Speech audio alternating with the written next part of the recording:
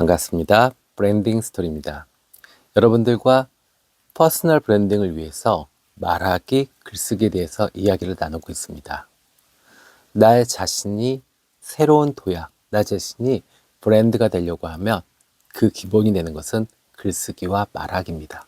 네, 더 좋은 나를 표현하려고 하면 이 두 가지를 꼭 챙기시고 연습을 하시면 좋죠. 그래서 여러분들과 에세이 쓰기를 매주 금요일 날 이렇게 인강 형태로 정보를 나누고 있습니다. 그런데 어떤 분이 제 인스타로 질문을 하셨어요. 에세이를 쓰려고 하니까 내가 겪은 일들이 너무 거칠고 날 것이고 또 그 대상이 되시는 분들, 그런 경험을 주신 분들이 아직 살아계신다. 부모님이 젊었을 때 바람 피시고 도박하시고 뭐 이랬던 내용들이 그대로 고스란히 남으면 그분들이 노후에 너무 상처되실 것 같다. 그래서 이것을 어떻게 해야 되느냐, 조금 각색을 했으면 좋겠는데 소설 쓰는 방법은 도저히 용기가 안 난다, 이렇게 말씀을 하셨어요. 네, 그래서 오늘은 이 소설 쓰는 방법에 대해서 여러분들과 이야기를 나누려고 합니다. 저도 이 처녀작이 소설이었어요. 저도 똑같은 심정이었습니다. 제 주변에서 벌어지는 말도 안 되는 일들, 정말 야, 어떻게 이런 일들이 벌어지냐 라고 할 수 있는 일들을 그대로 에세이로 쓰려고 하니까 너무 날 것이고 너무 거칠어요. 네, 그리고 누군가가 또 상처받을 수도 있고 오해할 수 있잖아요. 공격하려고 책을 쓴 건가? 아닌데, 그죠?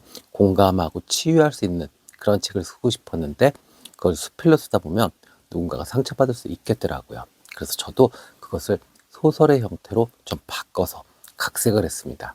그러면 이 각색할 수 있고 내 삶을 각색하고 간주할 수 있는 그런 힘이 있어야 일단 소설로 내 삶이 바뀔 수가 있겠죠. 그리고 거기에는 필요한 기술은 7가지가 필요합니다. 일단 좀 하나씩 알아보도록 할게요. 좋은 소설의 기준이 뭘까요? 일단은 스토리텔링 기술이 필요합니다. 그리고 개인의 경험이 녹아 들어가 있어야죠.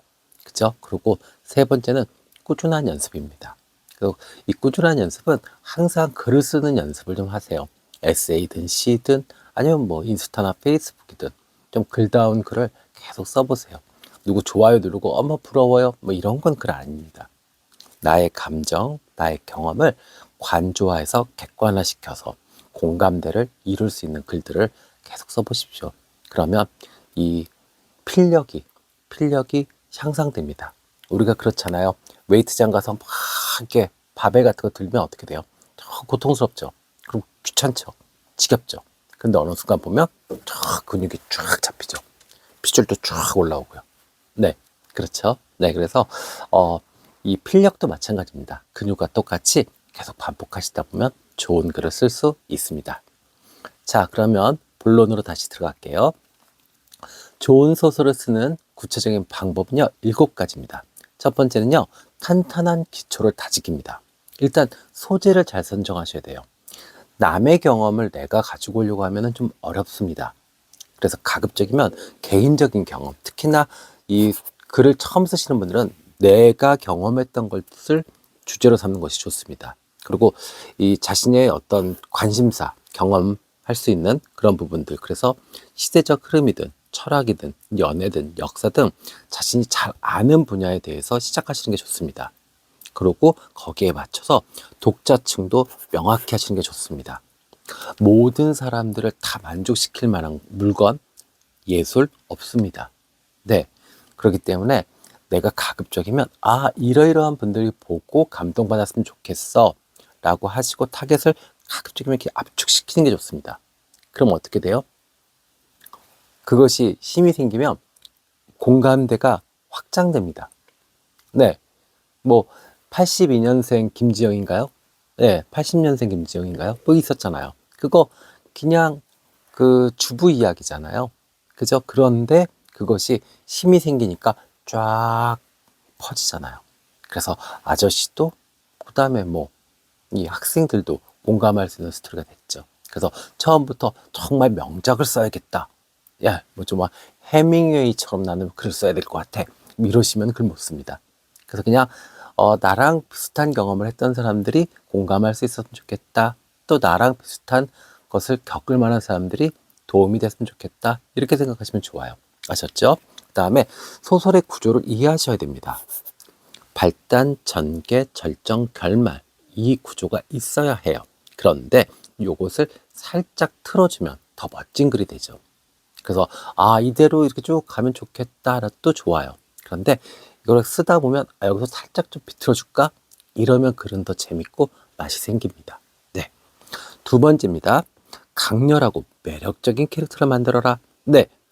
그래서 캐릭터의 내적 갈등, 성장 과정, 가치관을 구체화해야 됩니다. 그래서 요때는 약간의 그 성격 심리학이라든지 심리학적 기반을 좀 두시면 좋아요. 그래서 심리학을 내가 전공하지 않았더라도 네, 좀 관련 자료를 찾아보면서 이 성격이 이렇게 되니까 이런 행동들을 할 수 있고 또 이런 문제가 생길 수 있구나. 그러면 이 사람이 극복할 수 있는 과정은 심리학적으로 이렇게 되겠구나. 이런 것들을 조금 녹아내면 그러면 훨씬 더 캐릭터가 살아있겠죠. 또 대화도 마찬가지입니다. 대화가 그 인물의 어떤 성격이라든지 또 배경을 드러내는 아주 중요한 도구가 되죠. 그래서 간결하면서도 의미 있는 대사, 이 대사가 자꾸 느려지거나 대화 이러면 안 돼요. 그래서 가급적이면 좀 짧게, 그런데 거기에 의미나 메시지가 충분히 들어갈 수 있도록 구성하시면 좋죠. 자, 세 번째입니다. 설정과 배경의 디테일입니다. 몰입감 있는 세계. 이 배경은요, 특히나 단순한 무대가 아닙니다. 이야기를 이끄는 동력이 됩니다. 힘이 됩니다. 지금 소년이 온다, 한강 작가의 소년이 온다는 배경 자체가 그냥 주제입니다. 그죠? 광주 사태, 광주 민주화 운동, 이게 딱 주제가 돼버렸어요. 거기 안에서 빠져나오질 못합니다. 그러니까 거기서 긴장감도 주게 되고 사람들이 예측도 가능하게 되고 몰입도 하게 되고 이렇게 되죠. 그래서 여러분들도 어떤 그 배경을 좀 잘 설정해 보세요. 그러면 그것만으로도 이야기의 플롯 자체가 다 만들어질 수 있습니다. 그래서 이 배경은 인물의 행동과 사건 전개에 영향을 미치도록 설정을 해주셔야 됩니다. 그리고 철저한 요소가 필요하죠. 여기서 디테일이라든지 어떤 섬세함들이 필요할 수 있습니다. 자, 네 번째입니다. 흥미로운 플롯을 설계하라. 그래서 갈등, 긴장감 이런 것들이 곳곳에 좀 있어야 돼요. 그것이 풀리는 과정이 이야기의 전반적인 흐름이 되니까요. 그래서 사실 소설이든 뭐 드라마든 영화든 사실 이야기의 시작은 갈등부터 시작이죠.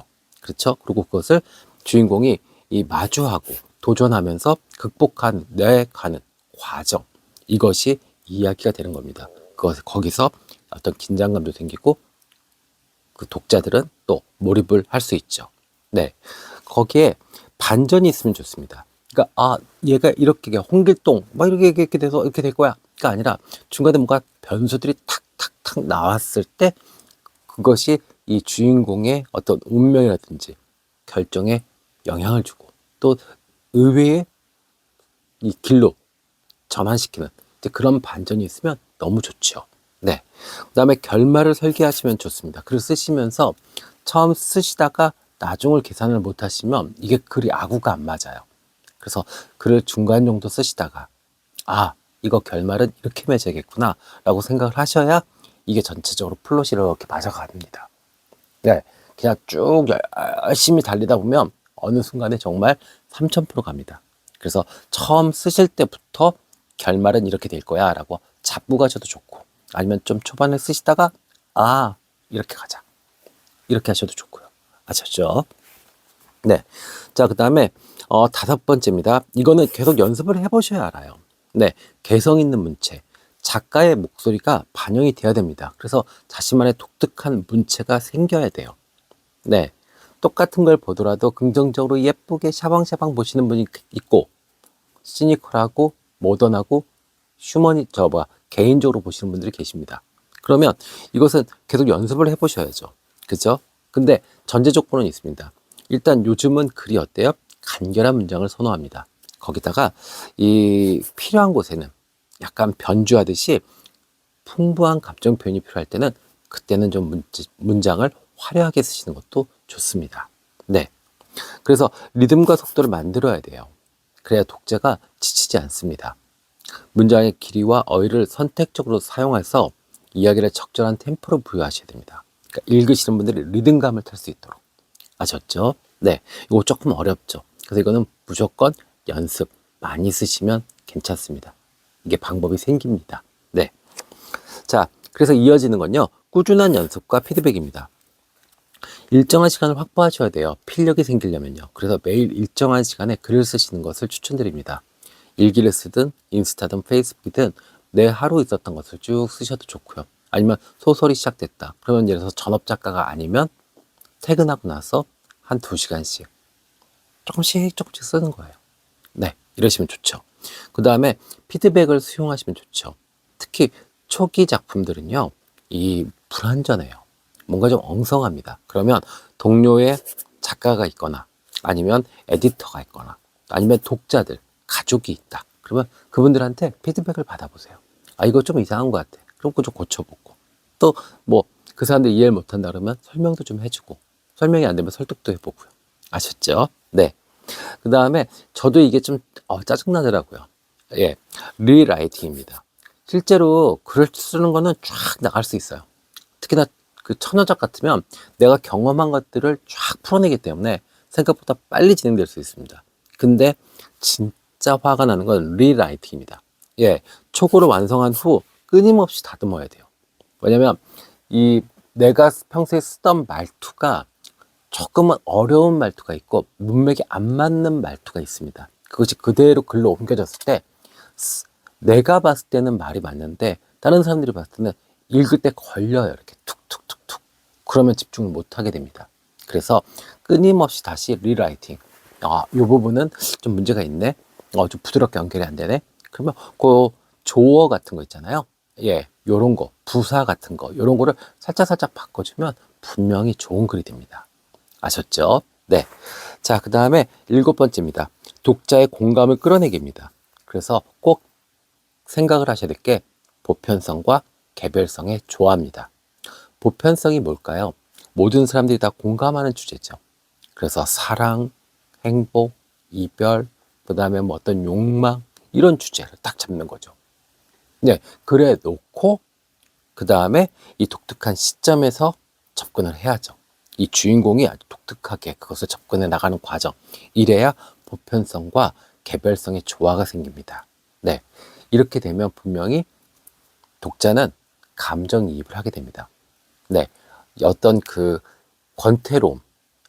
뭐, 딴 데서도 다 봤던 작품들처럼 비슷하게 가겠구나가 아니라 이 보편성과 개별성이 조화가 되면 공감되는데 되게 신기하다. 이 사람은 왜 이러지? 얘 왜 이럴까? 뭐 이렇게 됩니다. 그러면 분명히 좋은 소설이 나올 수 있습니다. 아셨죠? 네. 자, 마지막으로 말씀드릴게요. 나의 인생을 한 편의 소설로 만든다는 거 너무 가치 있고 행복한 작업이 될 수 있습니다. 그렇기 때문에 스트레스 받거나 좌절하거나 아니면 또 너무 욕심 부리시거나 이러지 마시고요. 시간이 되시는 대로 살살 조금씩 한번 써보세요. 그러면 분명히 내 삶이, 지난 삶이 정말 소중하고 아름답게 느껴질 겁니다. 네. 글을 쓴다는 건 내가 객관화되지 않으면 써질 수 없는 겁니다. 그렇기 때문에 글 쓰는 것 그 자체가 명상이 되는 겁니다. 아셨죠? 자, 오늘 브랜딩 스토리는 여기까지 하겠습니다. 다음에 더 좋은 영상으로 찾아뵙겠습니다. 감사합니다.